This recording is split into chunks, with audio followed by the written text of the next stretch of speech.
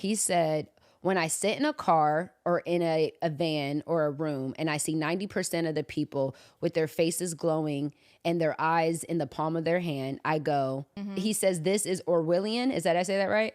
Orwellian. Orwellian. I think it's either or. And you guys should look that up. It's about a guy basically saying Truman was prophetic. It says their consciousness has been reduced to what other people think, period. I do enough of it myself. I'm not innocent, but I am cognizant. I see what's happening in the world because of this easy access social media and the contraptions we drag along with us like a ball and chain. This new appendage we've been saddled with. And then this is what he says. Listen to this. And I think of Steve Jobs in hell being pursued relentlessly for eternity by demons who want a selfie. Let that sit. This is Jim Carrey. This wasn't Oral Roberts that said this. This wasn't Catherine. What's her name? Catherine Coleman that said this. This wasn't the great T.D. Jakes that said this. This was Jim Carrey. He said, I see Steve Jobs being pursued relentlessly for eternity by demons who want a selfie. So it renders this thought, what is happening? And what is the goal? And then I started to look at the movie, and then I started to look at my life, and I'm seeing these parallels of deception. It's deception. The same way that they wanted to deceive, right? And I thought it was interesting how the creator of the Truman Show in the actual movie, not the it's so crazy. Not the creator of the Truman Show, the reality show, not the movie, the reality show in the movie, his name was Christoph, and they spell it Christ with an F. So CHRISTF. Christ. O-F, I'm sorry, Christoph, right?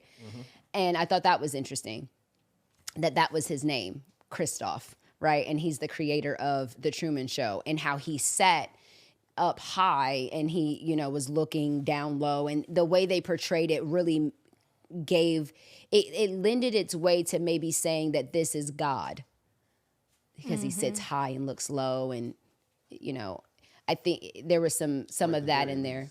Huh? Or at the very least, Truman's God. Truman's God, yeah. And he has this plan to produce this reality show. Now, mind you, and again, I said spoiler alert, so I'm about to give you some information about the movie. If you want, just go watch it.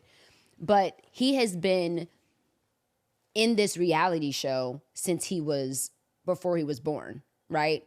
They were preparing to take a child, right? And this was interesting too. It was unplanned pregnancies that like women that had unplanned pregnancies, and whoever was born at the time that the show was supposed to start was the child that got picked to do this reality show, right? Without their consent. In the movie, they adopted. Yeah, I was about to say the movie talked about how they adopted.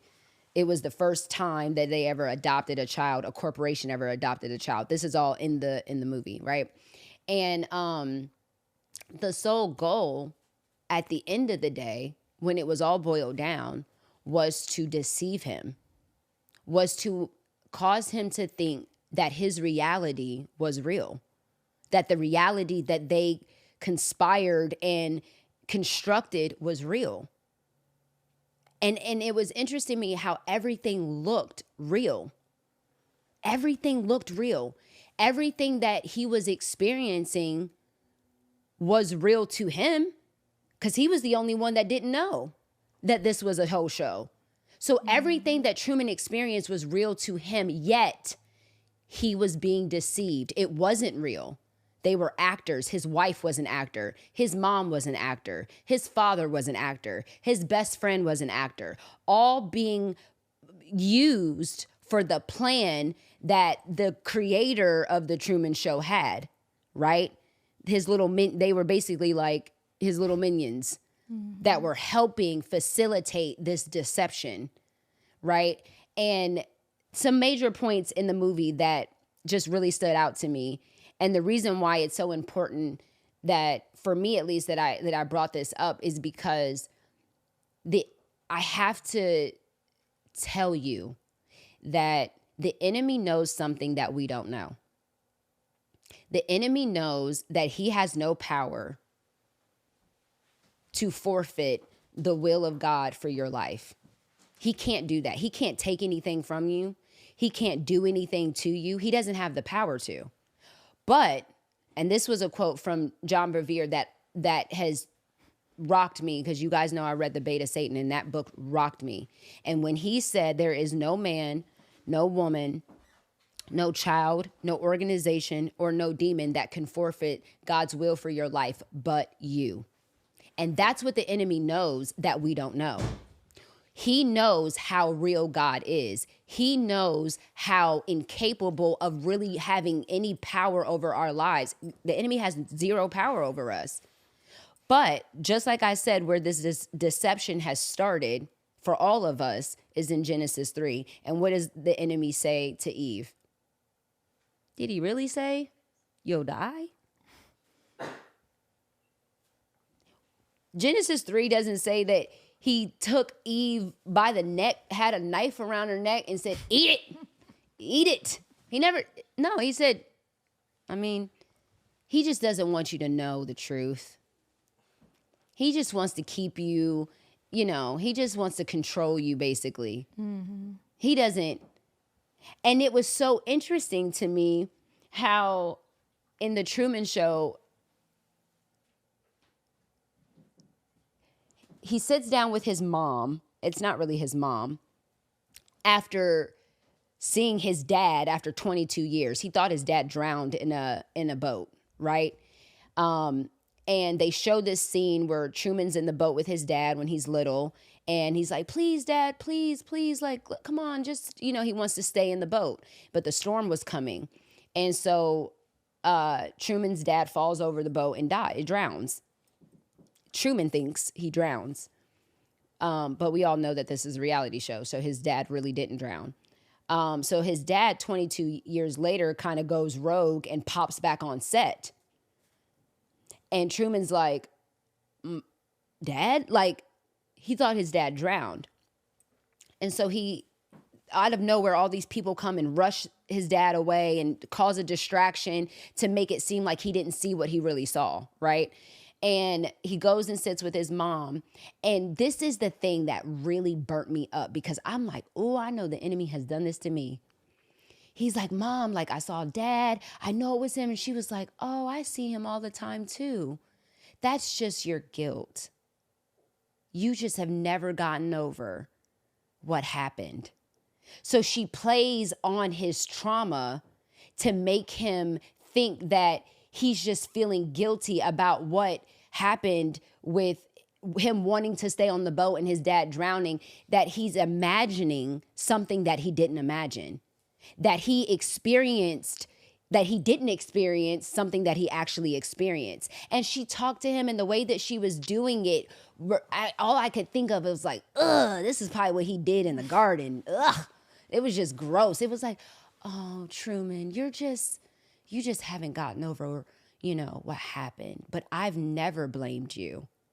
I've never blamed you. Like, it was just so disgusting, like deception. That was so deceptive, because she knew the truth, but obviously it's a show. She's trying to play into it, but it was just watching as an outsider looking in, right?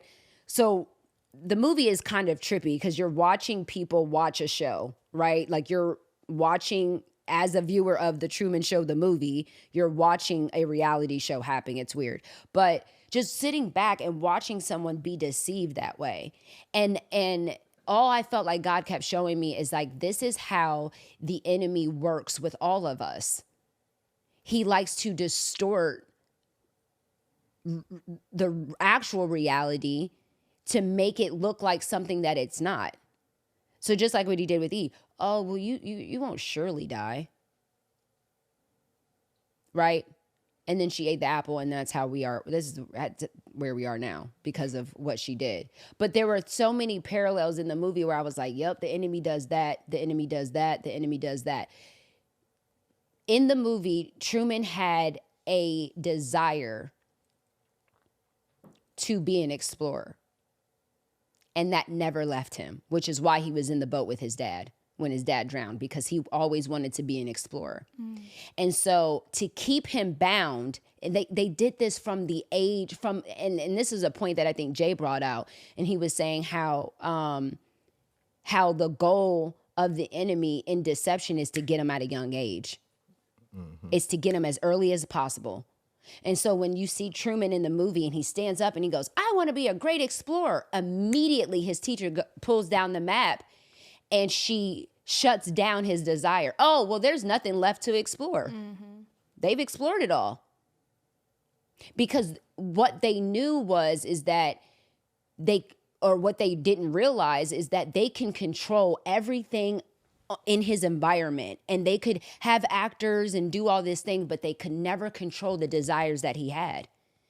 They could not fit. All they could do is try to shut him down and make him forget that he wanted to be a great explorer, or give him every reason that he couldn't be a great explorer. That's the trick of the enemy.